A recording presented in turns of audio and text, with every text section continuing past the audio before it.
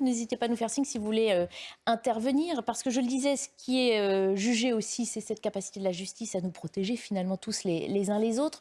Un sondage aussi, près de 9 Français sur 10, 87% exactement, estiment que la justice française est trop laxiste envers les multirécidivistes. Un sondage CSA pour CNews fait le 12 janvier. Maître Calfon, ça sont des chiffres qui ne vous étonnent pas? Non, ce sont des chiffres qui ne m'étonnent pas, mais il ne faut pas sombrer dans le catastrophisme.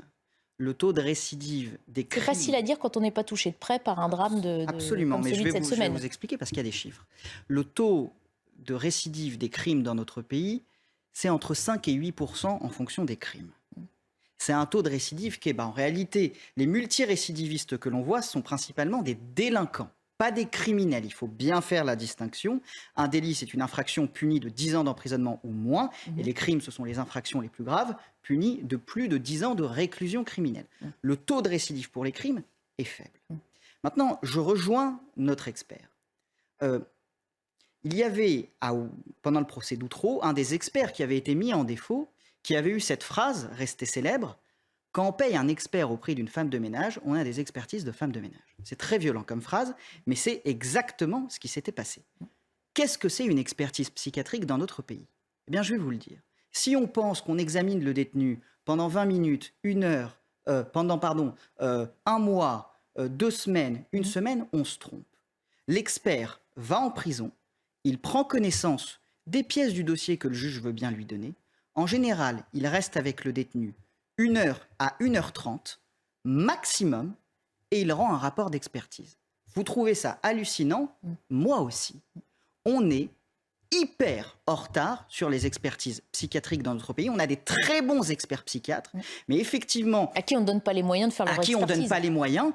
Vous avez dans certains pays des expertises. En Roumanie, je crois que ça dure 2 semaines. En Suède, je crois que ça dure 2 mois, ou l'inverse. De vraies expertises. Et d'ailleurs, quand ces personnes sont condamnées, on a un vrai centre d'expertise qui s'appelle le Centre national d'évaluation, qui se trouve à Fresnes, où on va évaluer l'état psychiatrique et psychologique de la personne condamnée pendant 2 mois. Ça, c'est du sérieux. L'expertise d'1 heure et demie, ça n'est pas sérieux. Donc on n'a absolument pas les moyens, au moment où on juge la personne, de savoir si elle est dangereuse ou pas. Alors, Jean Dorido voulait réagir avant qu'on passe la parole à Oui, Jean-Pierre. oui, je rejoins bien sûr l'analyse de Maître Calfon. Simplement, c'est très bien de mettre un repris de justice en présence d'un psychologue ou d'un psychiatre. Simplement, il faut aussi se rappeler qu'aujourd'hui, on a des possibilités inouïes pour évaluer les risques comportementaux d'un individu. Les GAFA sont milliardaires parce qu'ils ont développé ce savoir-faire. Ils ont accès à toute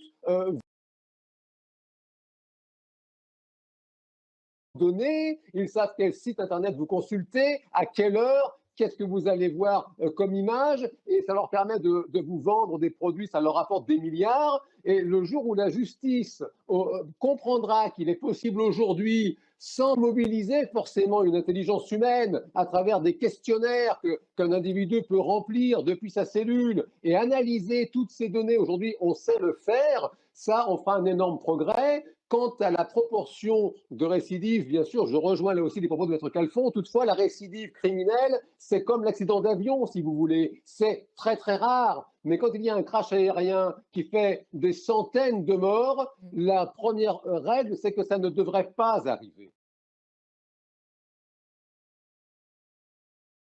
Eh bien, vous pouvez dire aux familles des victimes que c'est très très rare et que l'avion est un moyen de transport très sûr. Ça n'enlève rien à leur chagrin et ça n'enlève rien à ce principe qu'un avion ne doit pas se cracher. C'est la même chose pour la récidive. Même quand elle est faible, eh bien, c'est toujours trop. Et nous devons mettre tous nos moyens collectifs pour précisément réduire au maximum cette récidive qui sera, tant qu'il y en a une, c'est toujours une de trop. Merci beaucoup Jean Dorido. Je rappelle que vous êtes psychologue. Merci d'avoir apporté votre expertise à vous justement sur ce sujet. Il va nous rester moins d'1 minute, Jean Garrigue, pour passer la parole. On a encore beaucoup à faire, c'est ça qu'on retient en matière C'est une évidence, y compris dans le cas qui nous intéresse là, où on sait que si des remises de peine n'avaient pas été accordées de manière peut-être un peu trop systématique ou automatique, ce personnage aurait été en prison jusqu'en 2024.